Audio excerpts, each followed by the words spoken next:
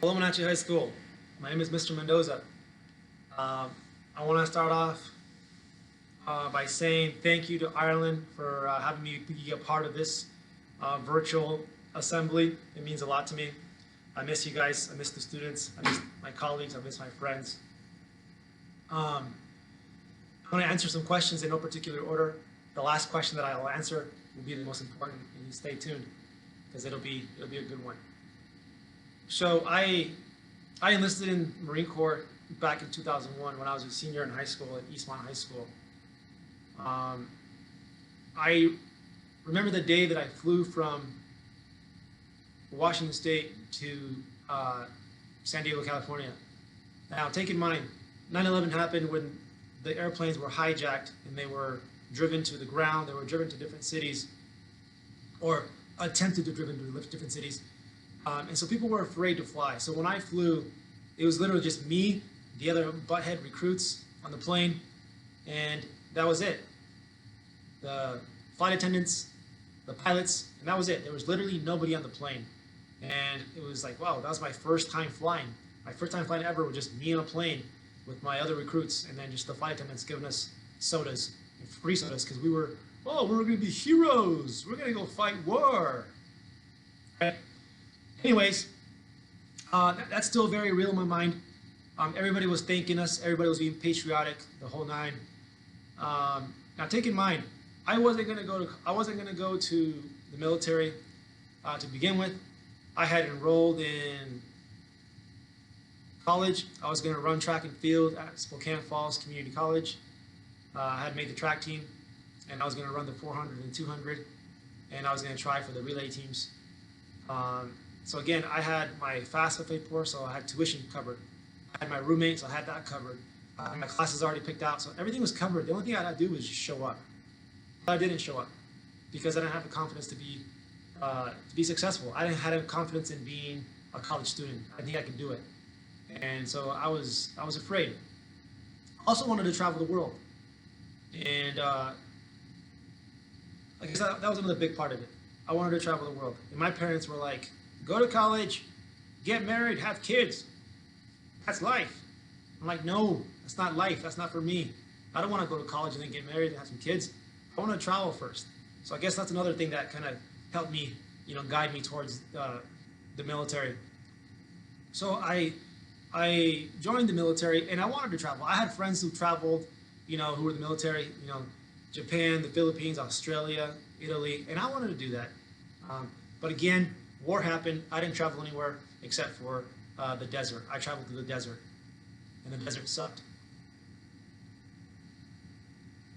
We had some of the worst desert or sandstorms in Iraq's history. They were saying, "Oh, it's biblical," because we haven't seen storms this bad and blah blah. It's these infidels. It's these invaders. That's what they get. I don't know if it's true or not, but I do know that it sucked and that I had sand all over the place, even in my skivvies, which is not comfortable. So that was that. No traveling for me except for the desert. I met a bunch of good friends, from different parts of the country. People from Georgia, people from West Virginia. They have weird accents, but they were cool people, and we looked out for each other. One of my best friends right now is I consider my best friend right now is Mark De Blasi. He is from Boston, Massachusetts. We're still good friends to this very day. And so again, I did meet some cool people, some good friends, some lifelong friends. I've also lost friends when I was over there. You would see them one day, and one day you would not see them. What happened? Well, you get mortar fire, you get IEDs, you get all kinds of stuff happening, and it's scary because we would have these conversations with my friends over there, and like, hey, one day it could be you, one day it could be, And so we were having those kind of conversations, and it's really trippy. It really messes with your mind, where you think that one day it could literally a bomb's can really rain down on you. And I've had that happen, where literally you just hear the whistling, and you hear the whistling, and then you hear this tremendous noise, and the earth just shakes. It turns out that a bomb just missed you by, like a foot, literally just a foot. That happened to me. And so it really messes with your head, which goes back to my other thing is when you see a veteran and you're thanking the veteran, you're thanking them. Hey, thank you for your service. You served and you fought for our country. But tell you that they're still fighting. They're still serving. Because up here, it's not good. Up here, it's no bueno. Um, we have lost more veterans who have served in Afghanistan, who have served in Iraq, to suicide. Right? We have lost more veterans in that form than veterans who went and served and died in Vietnam. So think about that. More people have died to suicide than people who served in the Vietnam War. Um, that is a staggering number. If you don't know how many people died in Vietnam, it's a lot. So it goes to show you that war messes you up here. And everybody has a little different. Some people do well, some people don't do so well. And so, so what I'm going to do is, I guess I'm going to end it with the most important question here.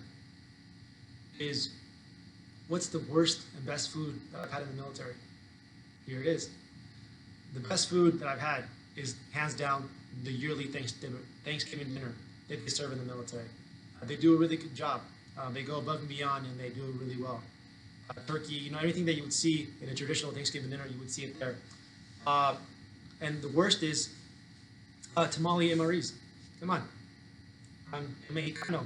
Do you think you're going to give me a tamale MRE? Do you know what an MRE is? If you don't know what MRE is, do the research. Anyways, I've also eaten MREs that were over 10 years old. I was eating MREs that were made in the 90s. I was eating them in 2003, 2004. Come on, kidding me? Anyways, that was it. Thanks again. So everybody, have an awesome day. Have an awesome Veterans Day. I'll catch you guys later.